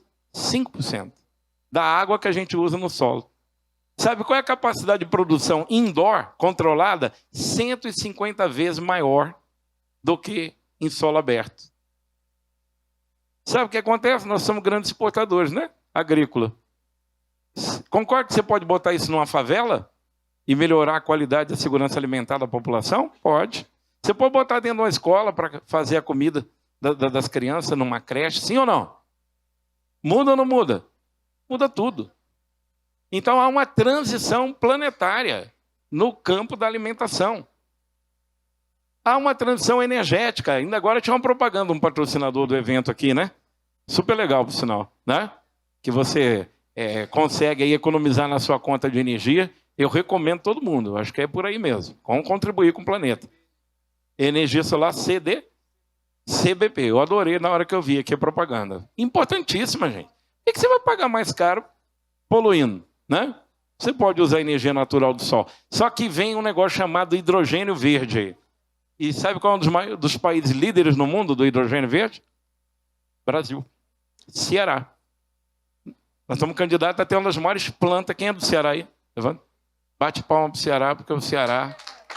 Viva o Ceará. Educação, está tudo indo muito bem lá, né? Já falei para vocês muito. E agora complica, hein? Tem um país chamado Estônia que fez uma... Eu acho, claro, que é marketing, né? Mas não é um marketing para perder de vista, né? Eles decretaram que agora... Vou apoiar aqui, Antônio. Beber aguinha. Negocinho chamado jurimetria, né? As decisões agora, o juiz só assina. A inteligência artificial está substituindo os juízes nos tribunais da Estônia. Vou dar um exemplo prático. Simples, um exemplo bem simples. O sujeito está saindo com o carro, alguém vem de ré, bate na porta do motorista, né? Coisas bestas como essa estão aos milhares de processos acumulados aí nos tribunais. Essas bobagens de tudo tem, né? Você imagina como é que vai ser a partir de agora, porque eu já vi funcionando isso, né? Primeiro lugar, foto. Tum. Eu desço do carro, ô, meu amigo. Que é? Não, mas isso aí é culpa tua. Você que não viu. Não, meu amigo, calma. Espera aí um pouquinho. Foto do carro, narro, voz. O mercado de voz nos próximos anos, ó, quem tem voz boa aí, aproveite, né? Se estiver aposentado, pode ganhar muito dinheiro, né? É um mercado de 80 bilhões de dólares. Aí eu narro aqui, ó. Bom, eu estava dando ré, né? Conforme a imagem e o ponto do GPS aqui, que está localizando o ponto exato onde aconteceu a frenagem, né? O sujeito veio de ré aqui, bateu, eu narro lá o que aconteceu, né? E aí, o que acontece? Placa do carro de um, placa do carro, tudo imagem, tudo foto, tudo GPS, tudo narração. O sistema de inteligência artificial, ele analisa aquilo, ele vai para as bases de dados das varas todas, varre 30, 40 mil processos semelhantes que já foram julgados. Claro que eu estou dando um exemplo simplista, tá? Só para facilitar aqui a nossa compreensão, né? E ele aponta aqui na tela do meu celular a probabilidade de eu ganhar a causa. O nome disso é jurimetria. Ok? Ele está medindo a possibilidade jurídica que eu tenha de ganho ou perda da causa. Eu vou virar para o cidadão que deu ré na minha porta e vou esfregar no focinho dele, né? Dizer assim, ô bonitão, tá aqui, ó, 83% de probabilidade de eu ganhar essa causa, né? Aí ele vai dizer, conversa, rapaz, procure tua turma, vai atrás do seu advogado que eu vou do meu, tá ótimo. Aí eu pego aqui, entrar com a causa, sim, né? Aí ele entra, abre a petição, Mastercard, o que eu quero usar aqui para pagar, né? Entendeu? Ah, pode ser o American Express. Pum, debitou, tá feita a petição, entendeu? Estou dando um exemplo besta. O nível de automação, quando você tem Big Data, né, que são as grandes, assim, gigantescos petabytes de informação, com a possibilidade, lembra o 5G que eu falei? Que é a velocidade de acessar um dado mais rápido, né? Você vai viabilizar tantas coisas em que muita corretor de imóveis, seguradora, um monte de intermediário, inclusive, deverão desaparecer. Isso, vou deixar para o final, que a pergunta é ótima, né? E aqui é só uma provocação, porque o meu tema era falar sobre o impacto de tecnologia na área de processo judiciário, ok? Já contei um monte de história para vocês aqui para chegar num ponto simples, senão não faria sentido, tá? Dá uma olhada nessa foto, quem é que gosta? Bonito ou não? Sim ou não? Linda, né? Olha que raiva, isso aqui foi um concurso de fotografia de artistas digitais e quem ganhou, quem é que criou essa foto? A inteligência artificial. Um robô, tanto uma inteligência artificial. O nome dessa foto, agora me esqueci, que pena que eu não botei, eu não vou lembrar agora. Mas foi a foto, acabou de acontecer isso. Acabou de acontecer. Deixa eu dizer, e o direito autoral? Não, olha a complicação que começa. Vou dizer mais, tem uma outra IA agora que você fala ou escreve. Eu quero um anjo na porta do inferno. Estou exagerando aqui no exemplo. Ela me dá 5, 8, 10 vídeos que ela cria sozinha, incríveis. Incríveis. Ou foto ou vídeo. Vídeos de 1 minuto. Vídeo, pum. Você entendeu? Sabe qual o pau que está dando na justiça disso aqui? Lá nos Estados Unidos, em todo lugar do mundo? É que quando a inteligência artificial foi, igual aquele exemplo do carro que bateu, numa base de dados gigantesca e pegou dados, correto? E puxou para alguma coisa específica, e nesse caso foi para criar uma imagem, ela usou elementos de imagens que você criou, que eu criei, que vários outros criaram. Mas que não está definida a autoria. Olha o grau de complicação. Senhoras e senhores, quem tem filhos começando na área do direito, eu recomendo algo chamado direito digital, ok? Porque isto é um planeta de oportunidade boa. O que está vindo aí de oportunidade, que a quantidade de confusão que vai dar esse troço, compreendeu? É muito grande, né? Inclusive o que você perguntou, desemprega as pessoas. Quer dizer, se uma tecnologia, um robô desemprega, como é que você absorve? Você tem uma série de questões humanas aí, sem resposta, né? Aí vem uma nova onda agora, que é o Web3, né? Lembra a internet lá nos anos 90, quando ela surgiu? Uma revolução, não é? Sim ou não? Revolucionou. A história da humanidade mudou, né? Só que era um negócio seguinte, você hiperlink e hipertexto, né? Você dava lá Gilberto Namastec, depois quer todo mundo me salvando aí, viu? Instagram, eu sou danado com esse negócio aí, pode me chamar para amigo aí que a gente conversa depois, tá? Gilberto Namastec, olha que bonitinho o nome que eu criei, né? Que é o Namastê na tecnologia. Gilberto Namastec, lembra disso? CH no final, né? Mas você pesquisava, quem é esse raio desse Gilberto Namastec? Aí dava lá, um monte de coisa, né? Só coisa linda. Quando veio a internet 2, gente, já passou a segunda geração, a gente nem viu. Foi nos anos 2000. Nós estamos com 22 anos já de ano 2000, gente. Olha só a velocidade das coisas. E aí surgiu uma tal de redes sociais, não é isso? E eu não vou parar muito nela, porque a gente já falou das confusões que esse troço está gerando. O sujeito pagou lá 5 bilhões de multa porque foi usar o dado do outro. Sabe o que acontece? Os algoritmos, eles estão nem um pouco preocupados com a bagunça de conflito. Tudo que tiver de movimento e tráfego gera publicidade.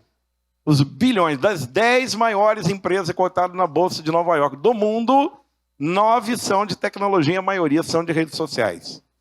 Virou um império, colonialismo digital. Por isso, no início, eu mostrei a vocês o quê? A urgência de regulação. Urgência de regulatórios, correto? Essa foi a internet que nós ainda estamos nela. Aí entra o 5G agora e entra, lembra o tal do blockchain? Lembra da taça? Tudo concentrado, mas também pode ter uma gota em cada taça separada, que é aquela rede que faz a computação distribuída. A Web3 entrou com tudo agora. Para quê? Para desmontar os imperialistas digitais. Lembra os cyberpunks lá atrás? São eles agora dizendo, ó, foi para o caminho que não devia. Esses caras estão explorando a humanidade, gerando conflito, radicalismos, brigaiada de família, eles estão estimulando. Gente, desculpa, mas é verdade. Você imagina, um caso hipotético, lá em Paris, Michele tem 17 anos. Michele não é um bom exemplo, vou dar um outro nome. Sofia lá em Paris, 17 anos de idade. A mãe, o pai, os avós, tudo detestam estrangeiro expatriado, né? Esses refugiados desgraçados vêm pegar o que é nosso e tal. Pensam assim. Mas 17 Sofia, desculpa, é jovem, tem 17 anos. Os amigos pensam diferente. Ela está inclinada a pensar diferente também. Correto? Ah, gente, será que a gente não tem como ajudar essa turma? Pô, olha só, eles atravessaram o oceano inteiro, né? É menina besta, você não sabe o que está dizendo, aqueles conflitos geracionais. Como Sofia não tem uma posição ainda formada, ela começa então a pesquisar sobre o assunto, né? Ela quer ter uma opinião própria, independente da opinião da família, e ela quer saber se os pais, que ela não quer contrariar, estão corretos ou não. E aí ela começa a pesquisar refugiados, o mal que eles fazem, as historinhas que ela ouviu e coisa e tal. Na medida que qualquer um de nós sabe disso, Esse trocinho escuta, viu? Isso aí não é teoria da conspiração, não. Você está aqui conversando de carro novo, daqui a pouco tem uma propaganda de carro, de viagem. Vocês falaram da viagem para a Holanda em Haia, viu? Eu estou querendo dar um pulinho lá em Haia com vocês, viu? A gente vai se divertir um bocado lá. Daqui a pouco chega um pacote de turismo para a Haia aqui. Correto? Sim ou não? Agora, e essa invasão de privacidade? Onde é que fica? Correto? Né? Então, o que vai acontecer? Aqueles cyberpunks estão reprogramando. Vamos voltar a Sofia. De repente, ela lê uma notícia dizendo que um expatriado, um refugiado, estuprou uma menina ali no bairro dela de Paris, uma menina de 15 anos de idade. Qual será o sentimento de Sofia em relação ao refugiado? Ódio.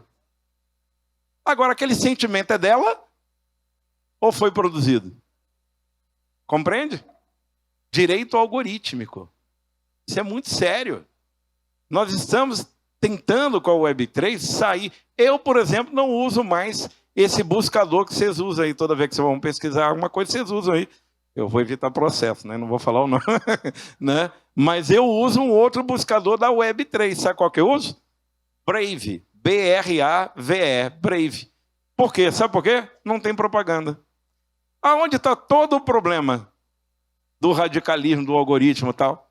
No tráfico para ganhar dinheiro com propaganda. Correto? O que a turma está fazendo? A revolução dos caras do Bitcoin da época agora. Então vamos criar uma internet onde eu cancelo toda a possibilidade de tráfico de propaganda dentro das tuas pesquisas. Brave, B-R-A-V-E, correto? Baixa ele porque vale a pena. Sabe qual é a grande sacada? E a molecada, inclusive, já acordou para isso. Tem menino se dando bem, ganhando dinheiro, com muita coisa da Web3 já. Menino pequeno ganhando dinheiro, né?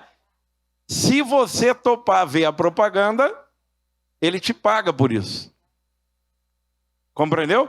Porque no outro, você pensa que é de graça, mas o produto, quando algo é de graça, é quem? É você.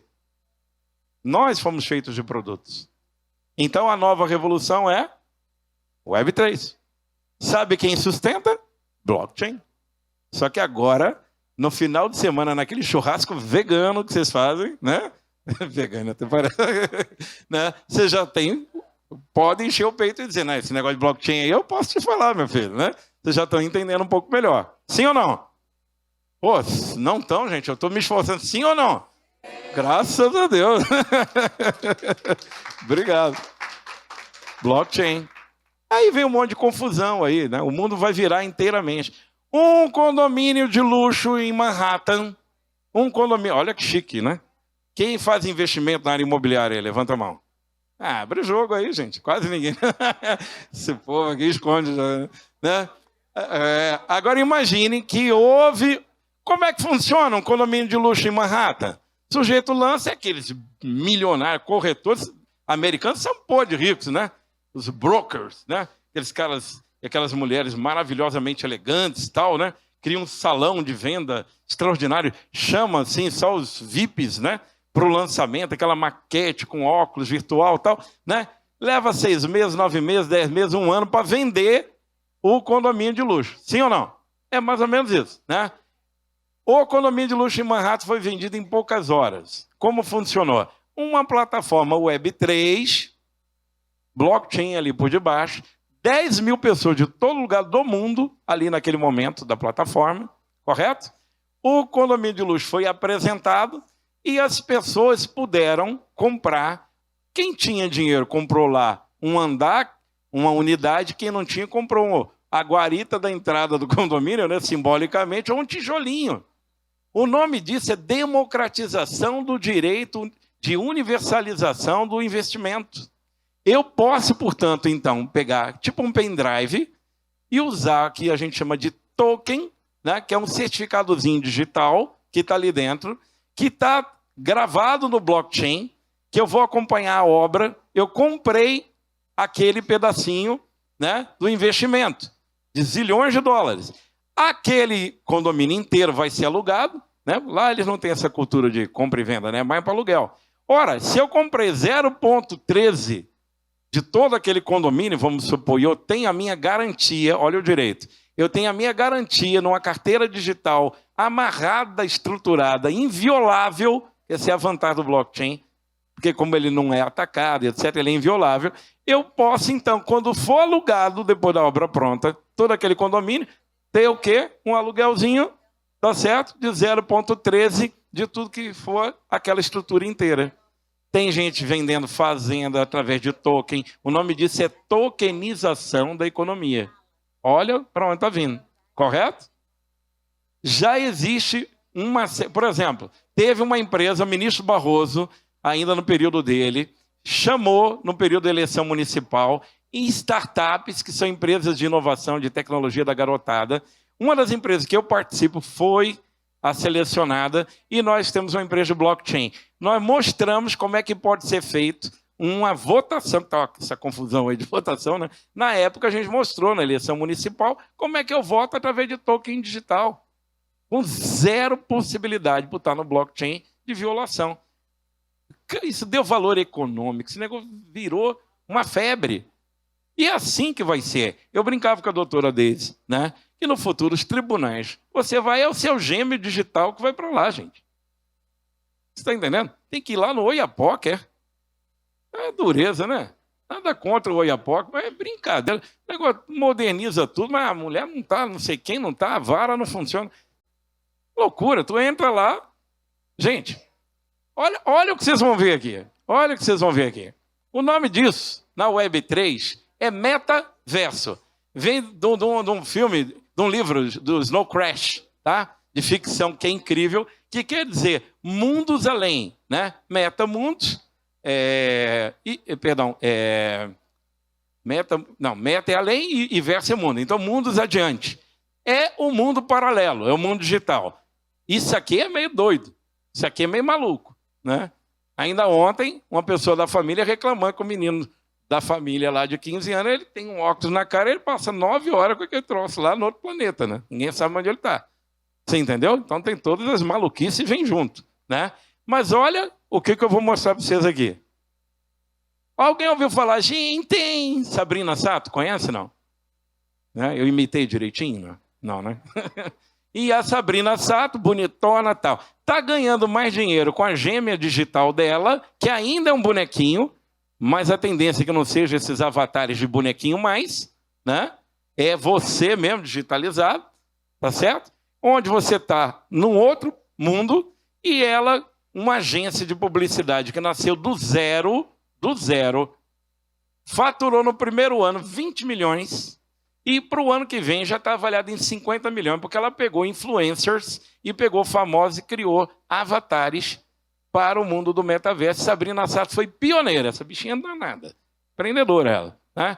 Hoje ela pode estar tomando água em Acapulco, lá, água de coco, que a gêmea digital dela está trabalhando nos mundos. Lembra que eu falei? Fortnite, Sandbox, tem planetas que a gente não sabe que existe onde essa meninada está, correto? É lá em que ela faz propaganda, ela está fazendo promoção de produto, tem uma série de coisas acontecendo. Senhoras e senhores, houve um casamento de 2 apresentadores da CNN. Ela e ele resolveram casar. O casamento foi dentro do metaverso. Sabe quem foi o mestre de cerimônia? Leandro Carnal. Mais de 1 milhão de pessoas no mundo assistindo. A igreja lá digitalizada, lá o padre falando, tudo. Falei, eu não, pelo menos lua de mel eu não ia querer desse jeito, não. Esse negócio é bom até um certo limite, né?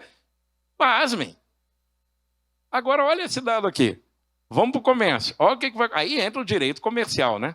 Os pepinos, tudo, os problemas, tudo, né? Tudo tem problema. Não é porque é digital que não vai ter problema. Olha isso aqui. 9 milhões de pessoas vestiram sua fantasia lá, seu avatar, entraram, eu não me lembro se é no... Ah, tem aqui. Na Avakin Life, que é o nome do mundo lá, do metaverso, da plataforma Avakin, a Boticário colocou numa esquina lá a loja dela, isso tudo é real, é lá você entra, você põe o teu avatar, você entra dentro da loja. Então não é e-commerce, igual a gente está acostumado, o comércio eletrônico tem o carrinho, né? Não, você vai entrar dentro da loja, vai interagir. Podia estar lá a Sabrina Sato me recebendo, você vai falar, conversar, comprar. Então, ao invés de e-commerce, está indo para o mundo do meta-commerce. Sabe qual foi a grande sacada da Boticário? Digital. Ela fez um misto entre físico e digital. Como assim?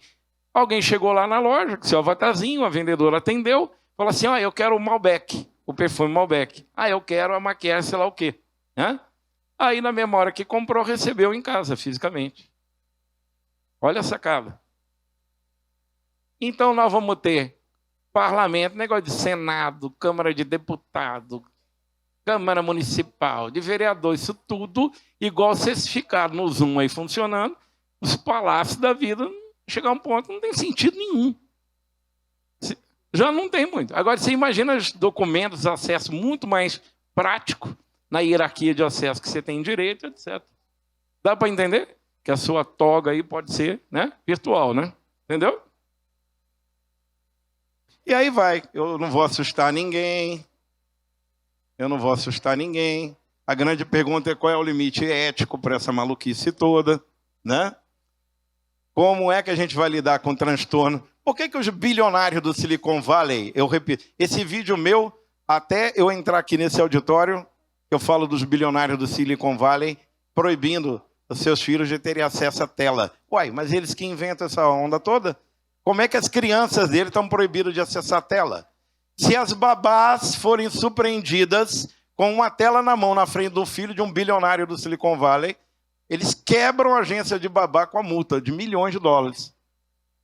E as crianças estão em escolinha montessoriana, aprendendo a montar brinquedinhos de madeira, plantar sementinha, tartaruguinha. Compreendeu? Porque as sinapses do povo intoxicado vai para o banheiro, leva a porcaria do celular, dorme com aquela frequência, não use isso do lado da cama, pelo amor de Deus. Compreendeu? Então nós temos que questionar. Esse cara aqui criou uma religião onde Deus é a inteligência artificial. Aí pirou de ver, né? Eu vou até pular. E assim eu me despeço, meus amigos, de todos vocês, agradecendo. Espero, doutor Antônio Carlos, Giovanni, que tenha... Cadê a presidente, gente? Senhora presidente, cadê?